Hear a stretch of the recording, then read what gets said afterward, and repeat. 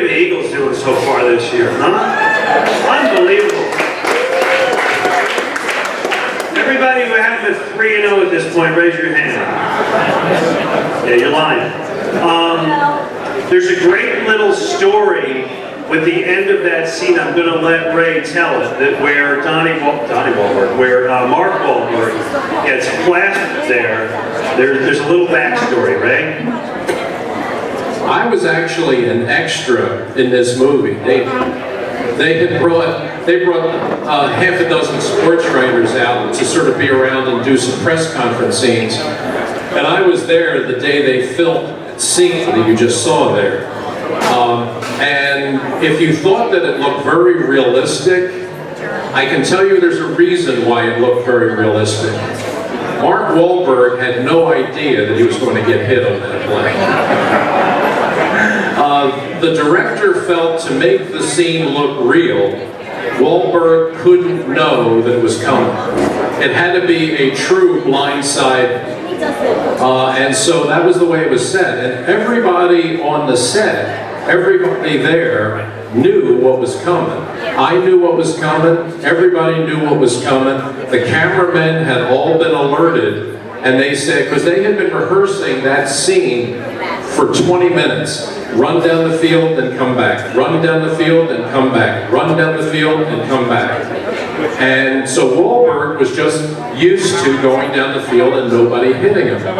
But the director said, and he told all the cameramen, this time we're going live. And he told the guy who was the other extra, go take Wahlberg out on this shot. And nobody told Wahlberg. We all knew. And the director told all the cameramen, make sure you get this shot because we may never get another chance to do it. And so Mark, when you see him, he's running down the field and he has no idea that that guy's coming. And he gets taken out just the way guys in the NFL get taken out on that play all the time. But that's why it looks so real.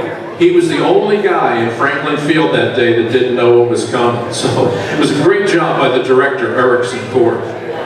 Okay, there's one, don't sit down, because there's one other story that involves Ray in that movie that's great. Ray is in fact in that movie. There is a scene when the guy who plays Leonard Toews, the owner of the movie, is talking to 3 or 4 reporters, right? And I'll be honest, I've seen the movie. I think Ray steals the movie. I mean, it really, it's a showstopper. I don't know how the Academy Awards did not find Ray for Best Supporting Actor for the 8 seconds he has on the screen. But Ray, just quickly tell the wardrobe part of that story. That's the best part, the wardrobe. Remember, it's the 70s.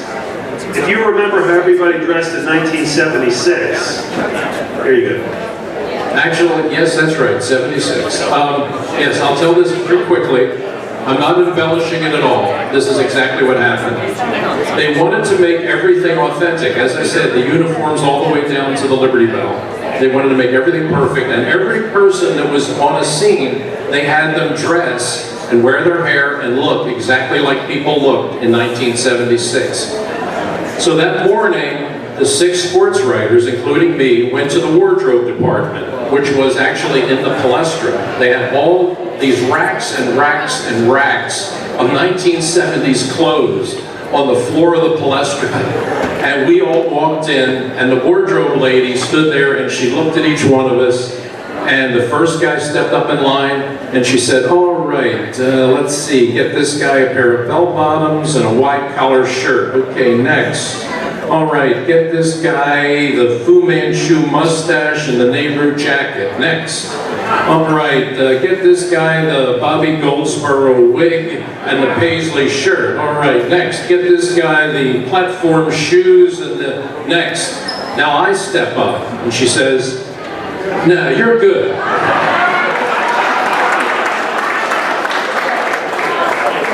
Nicely done. Nicely done. All right, our next doctor tonight If you listen to Ray and I on Saturday, Ray and I are on every Saturday, most Sundays, usually around noon. I'm sure is for you the highlight of the show, the man who steals the show. We always have a doctor on from Cooper Bone and Joint. Most often, per our request, it is Dr. David Gealt. Dr. Gealt is Assistant Director of Sports Medicine and Director of the Sports Concussion Program at Cooper. He is an Assistant Professor at Cooper Medical School of Rowan University and an Assistant Professor at the University of Medicine and Dentistry in New Jersey. If you crack your ankle, if you tear your ligaments, Dr. Gealt is your man. Dr. David Gealt. I really appreciate that. So we're going to have a pretty much a common theme for all the docs. A lot of it is prevention. We want to try to make you guys will come to see us, so if you can do something beforehand, then that's more the better. I'm just going to go quickly. I'm going to tell you some pearls that you can try to remember so that you can prevent injuries, prevent further problems. First thing is, if anyone wants to start an exercise program and they're not used to doing that, or they want to become a weekend warrior and they've been on the couch for a while, before you start doing everything you used to do 30 years ago, you want to make sure that obviously you're in good health and healthy enough to actually do some of those exercises. So you want to make sure you talk to a family doctor, make sure you don't have any cardiac issues that you may not have to do. Sometimes there's modifications of certain exercises that may not be as troublesome if you have bad knees or a bad heart, so make sure you talk to a doctor for that. Once you start doing some exercising, the other thing you want to make sure is you want to slowly advance up. I usually tell people, think about like a 10% rule. I tell people, think of like spring training. You don't go right back to playing full 160 games in a row. You're going to do a slow increase of activity. So usually you increase your intensity and distance for running about 10% every 45 days, then slowly going up, and slowly, hopefully that will avoid injury. Another issue that we often see is if people go back to the gym, they want to, especially the guys, they just want to lift weights, they want to get big and strong. But you have to think about other issues too. You have to think about cardiac issues. So you want to do cardio workout in between. You want to do some cross training. You also want to involve flexibility too. So yoga Pilates is also really important. As with Glenn earlier, you want to make sure you bend with the knees and not the back, so you don't want to do that. So that's important as well. Another thing is if you do have an acute injury, do you use ice or heat? What do you guys think? Alright, so it sounds like 50-50. So anytime you have an acute injury, it's always ice. It decreases inflammation, decreases any swelling. It's also a good analgesic, so it can help decrease the pain. If you put heat on it, that brings actually more inflammation in, so you get more swelling. So you always want to make sure you fix it. 20 minutes on, 20 minutes off, but don't do heat. That's actually counterintuitive. One last thing for people that do go to the gym, if they start working out upper body exercises, a good rule of thumb is you always want to see your hand periphery. So if you're going to do shoulder presses or lat pull downs using your back, don't go behind. That's going to just injure your shoulder, and these muscles are pretty tiny compared to your shoulder, compared to your chest muscles and the back muscles. So it's something you really want to see. As long as you can see your hands, it's a good rule of thumb. Doc, let me ask you one other thing, because I note on this that you deal with concussions. We've talked about concussions on the show. I have a nephew, 15 years old, who had a couple serious concussions. Generally, what is concussion protocol for the weekend athlete, the guy who gets one in the pickup basketball game? So we used to call it back in the day, you had a ding or the bell was rung. We don't necessarily call that anymore. Basically, concussion's a concussion. I always tell people, it's sort of like you're pregnant or you're not pregnant. Either have a concussion or you don't. There's no really in-between answer. If you have any signs or symptoms of a concussion, it could be a wide variety of things. It could be headache, dizziness, blurred vision, feeling foggy, just a blank stare, like deers in the headlight, obviously loss of consciousness or something like that. You don't want to ever go back into playing, even if you're feeling a little bit better a few minutes later. You always want to get checked out, just because what can happen is you end up getting hit again while you're still concussed. That's when the bad stuff happens, and then you're all the tragic stories. So if you do sustain any head injury, whether it be the weekend warrior or little Johnny falling off the jungle gym, make sure you get checked out. Thank you, Dr. Gealt.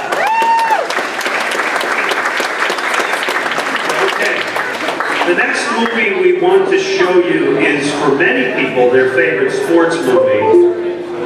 Many people see this as just a beautiful story about life and fathers and sons and a bygone America and lost dreams.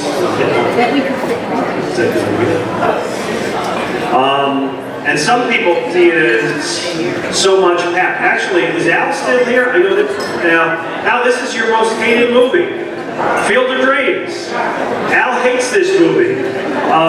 And Al's not alone. Some people really see it as cloying and manipulative and just a paean to baseball that doesn't deserve to be. Ray and I loved it, but we did not put it in the top 10. We put it at number 11. One of the things when we did this movie, the book, is we asked about 180, 200 athletes, actors, broadcasters, so on, their favorite sports movie. So many of them said Field of Dreams. We're going to show you a scene, we're going to tell you that we love it, and then Ray and I will tell you why it's not in our top 10. This is Field of Dreams.